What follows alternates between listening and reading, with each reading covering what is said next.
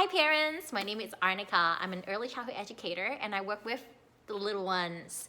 Today I'm going to be talking about positive child guidance techniques, and the technique that I'm going to be touching on today is logical consequence. Basically it's cause and effect. When you do something, this is what's going to happen. Now, we only use this one when iMessages fail. If you don't know what iMessage is, I would encourage you to watch the other video about iMessages. So when iMessages fail, meaning you let a child know how their action affects you, that would ultimately benefit them. And if they're not following through what you want them to do, that would benefit them. Then when you have to use logical consequence. So logical consequence really is allowing the child to fail. And we are trying to make sure that their failures are successful.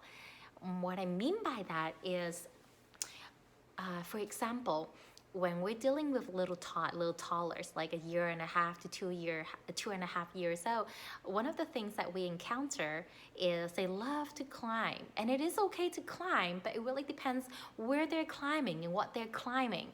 So in the classroom, we usually have children who climb on the table, we have children who climb on the chair, and then climb onto something else.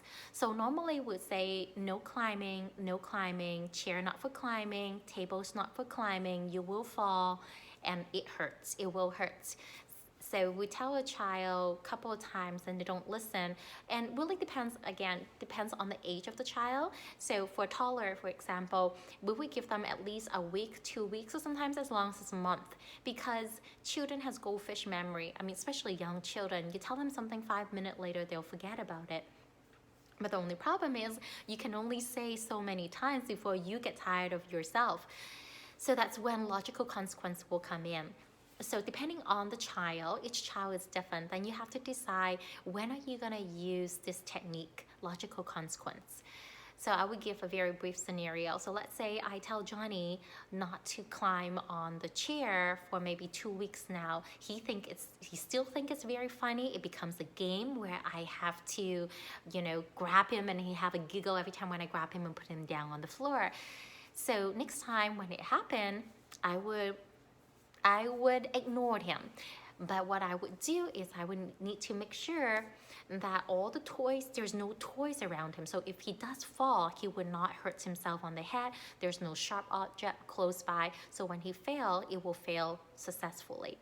So when he does fall, then I would have to say to him, Johnny, are you okay? I'm not going to say to him, I say, Johnny, remember what I told you? I told you not to do something like that, and you didn't. This is what happened. So we don't approach a child this way with logical consequence. We have to approach concern. So we would say, of course, approach them calmly, acknowledge their emotions, because they are hurt, right? So you approach them calmly, and then you ask them, why do you think this happened? What had happened? Why do you think happened? What do you think we can do to avoid this from happening? So once again, allow successful failures. You just need to make sure that their environment is safe. You need to create a safe environment for them to fail. And it is very important.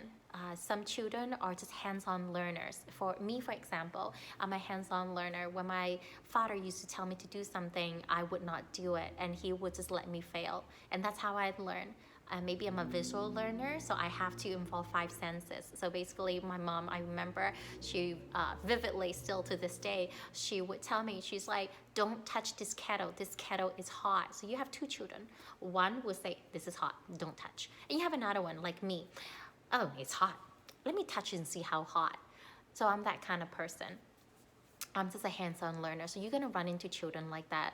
And there's nothing wrong or right about it, and it's okay to embrace it.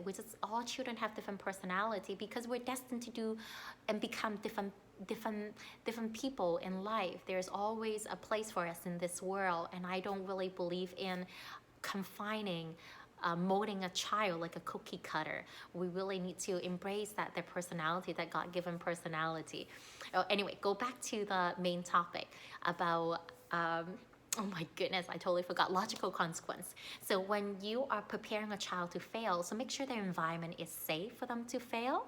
And when they they do fail, don't be the first one to put them down, because when they grow up in this world, there will be a lot of people ready to put them down. We as parents should be their supporter. So don't be saying, I told you so, you're not listening to me, this is why it happened. So don't come at it like that. So instead, you just say, you know what, are you okay? Are you hurt? I can tell that you're very sad. You know, why do you think this happened? What can we do next time so it won't happen again? All right, so that also builds the relationship between you and your child, so they know that you're always out there for them, to uplift them, to help them, not to put them down. So remember, logical consequence is very, very important, especially for hands-on learners like me. Some children, they get it very fast. You tell them and they will listen, but you're bound to have one of those children who will not listen. And it is okay. They're just hands-on learners, and you need to allow them to fail. That is very, very important. If you don't allow them to fail, they'll never be able to feel all those emotions that they need to go through. Because when a child fails, and you also not to help them right away, you know, they need to go through all those emotions, because they know that they're not supposed to do something and they have done it, and they're frustrated at themselves too. So you have to remember that. We have to see it from the children's perspective also. All right, just be their cheerleader, be there to support them. Don't be there to condemn them, because when they grow up, they're gonna have a lot of people who's readily to put them down, and you don't want that. You want to develop a very healthy relationship with your child, and you always want to build up a healthy self-esteem and self-image. So they would be able to empower the world, all right, and help other people. I hope this makes sense. If you have any questions, please write to me so I can reply you, all right?